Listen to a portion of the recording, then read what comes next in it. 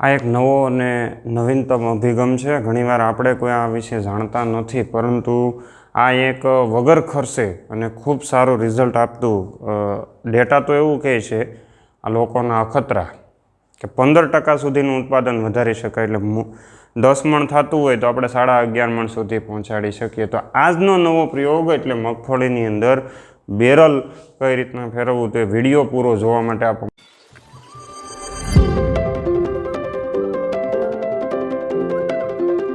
નમસ્કાર દોસ્તો, farmer family YouTube ચેનલમાં હું આપનું હાર્દિક સ્વાગત કરું છું।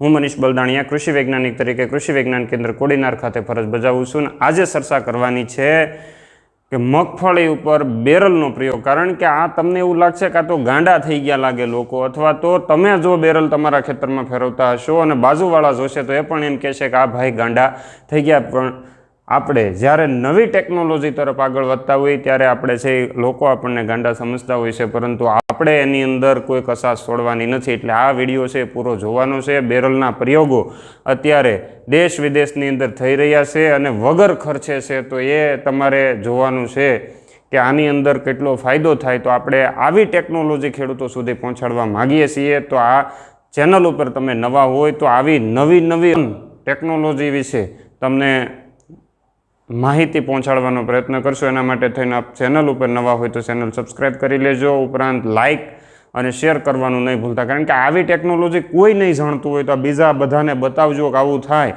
કારણ કે બીજા પાડોશીને બતાવશો તો એ પણ બેરલ ફેરવશે અને તમે બેરલ ફેરવશો તો તમને શરમ નહીં લાગે અને પાડોશીને પણ શરમ નહીં લાગે। કારણ કે નવી ટેકનોલોજીનું એડોપ્શન બહુ ઓછા લોકો કરતા હોય। વિશ્વની અંદર માત્ર 4% લોકો એવા છે કે જે નવું છે એ તરત એક્સેપ્ટ કરી લેતા હોય, એટલે તે આગળ હોય છે, અને બાકીના લોકો છે કે બીજા કરે તો આપણે કરવું, પરંતુ એક અખતરો આ વખતે આપણે કરી લેવાનો છે। આમાં કોઈ પ્રકારનો ખર્ચો નથી।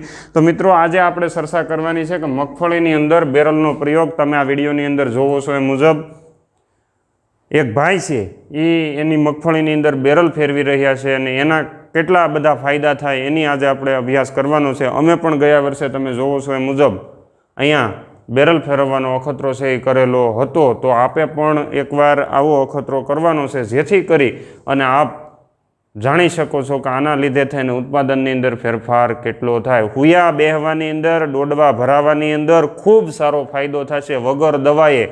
આજે પ્રાકૃતિક ખેતી અથવા તો ઘણા એમ કહે ને કે દવાઓથી આપણે આમ થઈ જશે તેમ થઈ જશે, એના માટે તો આ ખાસ એને કરવું જોઈએ। તો ખાસ અગત્યની વાત છે કે મગફળીની અંદર બેરલનો પ્રયોગ। મિત્રો, આજ આપણે આ છોડના ડાયાગ્રામથી આપણે સમજવાનું છે કે મગફળી ઉપર બેરલ કેમ ફેરવવું પડે।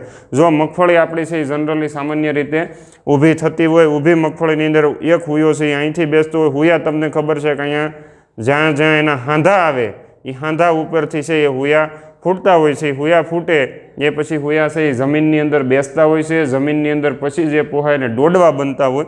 ધારો કે આ ઊભી મગફળીની અંદર, કારણ કે મગફળીનું આપણે હાયર સીડ રેટ રાખેલો છે એટલે ખૂબ ઘાટું વાવેતર કરેલું છે, ઉપરાંત 2 મહિનાનો જેવો એવો સમયગાળો હતો કે એની અંદર સૂર્યપ્રકાશ મેળો નથી, એટલે મગફળીની હાઇટ છે એ સદંતર વધી ગઈ। એટલે ઘણા બધા એક તો દવાઓ કે વધ રોકવાની દવા, ભાઈ વધ રોકવાની દવા છાંટવાની જરૂર નથી, આ બેરલનો પ્રયોગ કરી નાખો, કોઈ જરૂર લાંબી નહીં પડે। એટલા માટે કે હુયો છે એ નીકળે છે અથવા તો હુયો નીકળતો જ નથી, કારણ કે હાઇટ એટલી વધી ગયેલ છે। પણ જમીનની નજીક જ્યારે મગફળીનો છોડ પહોંચી જતો હોય ત્યારે હુયો નીકળતો હોય છે, ને હુયો નીકળે એટલે સીધો જમીનની અંદર બેહે એટલે ડોડવો બની જાય। હવે વાત આપણે એટલા માટે કરવાની છે કે અહીંથી તમે જોશો કે આ હાંધામાંથી જ્યારે હુયો નીકળે આપણે, કારણ કે ઘણી બધી એવી દવાઓ નાખીએ કે મગફળીના હુયા એકારે 4 ફૂટી જાય એક ઓલામાંથી। જ્યારે આ હુયો અહીંયા નીકળે એટલે હુયાની લંબાઈ છે, આ લંબાઈ કાપવામાં જ એની ઉર્જા છે એ બધી વપરાઈ જાય, અને છેલ્લે છે હુયો બરાબર જમીનમાં બેસતો નથી અને છે ઝીણી અહીંયા અડે ને અહીંથી પછી એની પેપડી થઈ જતી હોય, એટલે એકલિયા દાણા અને પેપડીનું પ્રમાણ વધી ગયું। એની પાછળ પણ આંધ્રપ્રદેશ અને તમિલનાડુની અંદર વિસ્તાર નથી પણ પ્રોડક્શન થાય છે, ને આપણા ગુજરાતની અંદર મગફળીનો વિસ્તાર એટલો બધો છે તો એની સામે એટલું પ્રોડક્શન થાય, પણ આંધ્રાની પ્રોડક્ટિવિટી સૌથી વધારે છે। તમે જોજો ઘણા એમ કહે કે હું આંધ્રાથી મગફળી લઈ આવ્યો, આંધ્રાની ટેકનોલોજી સારી। ટેકનોલોજી એટલે એમાં બીજું કાંઈ નથી, આને દબાવી દેવામાં આવે। આ છોડ ઉપર જ્યારે આમ બેરલ આપણે કરી નાખીએ, ફેરવી નાખીએ એટલે આ છોડ છે એ જમીનની નજીક આવી જાય એટલે હુયો છે એ ઝડપથી, એટલે હુયામાં જે હુયાની લંબાઈમાં જે ઉર્જા વપરાઈ જાય, આનો જે પાવર છે આમાં વપરાઈ જાય એ આમાં ઓછો વપરાય। વપરાય એટલે ડોડવો ભરાવદાર અને સારો થાય. નહીંતર કેવું થાય, ડોડવો મોટો થાય અને દાણા ઝીંઝીડા થાય. એટલે આવું ન થાય એના માટે થઈને આપણે છે આ બેરલનો પ્રયોગ ઘણીવાર કરવાનો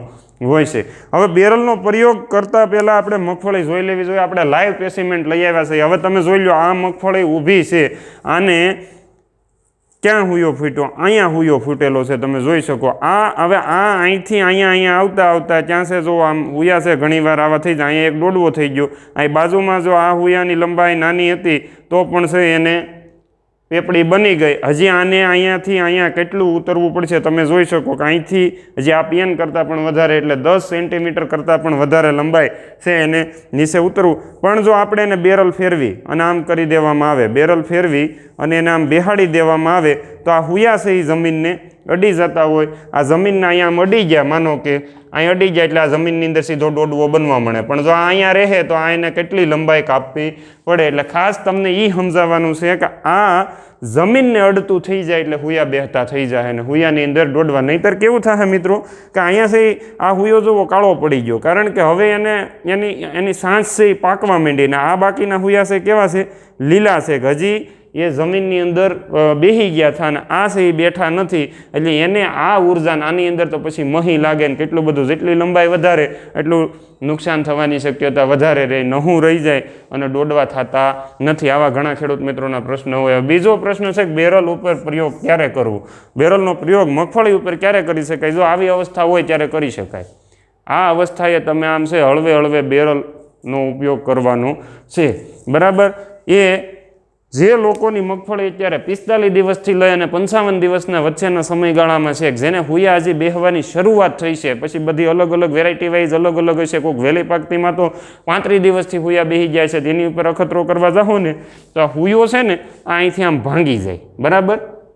એટલે એ વળી ગયો એટલે એની જે કડક પાટ છે એને જમીનમાં બેસવાનું, તો એ જમીનમાં નહીં બેસે. એટલે બરાબરની હારામાં હારું આંતરખેડ કરી છેલ્લે અને પછી એને બેરલ વાળી દેવાનું છે, મતલબ માથે ચલાવી દેવાનું છે. બેરલ છે ને પ્લાસ્ટિકનું હોય ને લોખંડનું હોય તો વધારે સારું, કારણ કે એટલો બધો એની અંદર ખાલી બેરલનો ઉપયોગ કરવાનો છે.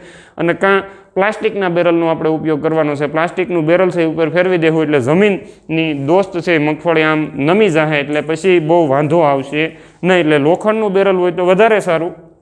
અગર તમારી પાસે લોખંડનું બેરલ નથી તો પ્લાસ્ટિકના બેરલની અંદર આપણે 5 લીટર જેટલું પાણી ભરી અને ફેરવવાથી થોડો વજન પણ રહેશે. અને ફરી એક છે, ભર્યું બેરલ ફેરવવાનું નથી. નહીં તો તમે પાછા સવાલ એવા કરશો કે સાહેબ ભર્યું બેરલ ફેરવીએ કંઈ નહીં. ભર્યું બેરલ ભાઈ ફેરવવાનું નથી તો મગફળી પણ હાવ જમીનમાં ગળી જાય. અને બેરલ બધા પાસે વાડીએ દવા છાંટવા માટે છે, બરાબર. મોટા ભાગના ખેડૂતો દવા છાંટે છે, એની પાસે બેરલ છે. એટલે હું માનું ત્યાં સુધી આપણને કોઈક બાજુવાળા ગાંડા ગણશે, પરંતુ આપણે એની ઉપર ધ્યાન આપવાનું નથી. કારણ કે ન્યૂટન જ્યારે સફરજન નીચે પડ્યું ને ત્યારે ખાધું નહોતું, વિચારતો થઈ ગયો હતો, એટલે જ ન્યૂટન ગતિના નિયમો આપી શક્યો. આલ્બર્ટ આઇન્સ્ટાઈનના વાળ તમે જોયા હોય તો તમને એમ લાગે કે આ ગાંડો જ છે, પણ એ ગાંડો છે એટલે જ આપણે આજે 1800ની સાલમાં થયેલા આલ્બર્ટ આઇન્સ્ટાઈનને આપણે આજે આજ સુધી યાદ કરીએ છીએ. એટલે સંશોધન કરવાવાળા હંમેશા ગાંડા હોય. આપણે એનું બહુ લાંબુ બીજા લોકોનું વિચારવાનું નથી. બીજા નંબરમાં મિનિમમ કાંઈ ન કરો તો કાંઈ નહીં. આ આંધ્રાની અંદર તમે એના વિડીયો જોઈ લેજો, તમને તમિલ કે તેલુગુ ભાષા સમજાતી હોય તો તમને સમજાઈ જશે. પણ જો એ તમને મને નથી સમજાણી એટલે મને એમાંથી કાંઈ નથી સમજાણું, પણ મેં મારી રીતના પછી સંશોધન કરીને તારણ કાઢ્યા છે. પણ તમે પણ તારણ કાઢી શકો છો. ઉપરાંત તમારે ઓછામાં ઓછા 2 ક્યારાની અંદર, એટલે એક ઉથલની અંદર એકવાર આમ જવાનું છે ને એકવાર આવવાનું છે. ગયા વખતે મેં અખતરો કર્યો હતો ને મને ફાયદો દેખાણો હતો, એટલે અમે આ વસ્તુ કરવાના છીએ. તમે પણ આ વસ્તુ કરો તો વધારે સારું. ગયા વર્ષે 3-4 ખેડૂત મિત્રોએ પણ આ અખતરો કર્યો હતો અને એને ખૂબ સારું પરિણામ મેળવ્યું હતું. અમુક લોકોએ તો બેરલની ઉપર નીમ ઓઇલ લગાવી અને પછી ફેરવ્યું હતું, જેથી કરીને જે જીવાત છે એ પણ મગફળીમાંથી નીકળી જતી હોય છે. એટલે આ તમારા માટે આ પ્રયોગ છે ખૂબ સારો ફાયદાકારક રહેશે. એટલે તમામ ખેડૂત મિત્રો જે તમે મને અત્યારે જોઈ રહ્યા છો એ તમામ ખેડૂત મિત્રોએ એક ક્યારાની અંદર, મતલબ એક ઉથલની અંદર છે એ આપણે કરવાનું છે. અને બેરલ છે એ ફેરવી એક જ વાર ફેરવવાનું છે, બધી વખત ફેરવવાનું નથી. અને લોખંડનું હોય તો વધારે સારું, પ્લાસ્ટિકનું હોય તો 5 લીટર પાણી ભરવી અને ફેરવી દેવાનું છે. ખૂબ સારું પરિણામ મળશે. અને પરિણામ મળે તો મને કોમેન્ટ બોક્સની અંદર કોમેન્ટ કરવાનું ભૂલતા નહીં. આ વિડીયો તમને ખરેખર આવો પ્રયોગ કોઈ કહેવાવાળો નથી અને તમને આ પ્રયોગ કર્યા પછી કેટલો ફાયદો થાય એનો પણ તમે ફાયદો અમને જણાવી દેજો, જેથી કરીને આવા પ્રયોગો આપણે નવા શોધતા રહીએ અને તમારા સુધી માહિતી પહોંચાડતા રહીએ એ અમારી અપેક્ષા હોય છે. અમારું એક જ સૂત્ર છે કે આ દેશનો ખેડૂત ઓછા ખર્ચે વધુ કમાણી કરી શકે, ઉપરાંત ખેડૂત બલવાન હશે તો દેશને ધનવાન અને સમૃદ્ધ બનાવી શકશું. એટલું કહીને વિરમું છું. અસ્તુ, આભાર, જય હિન્દ.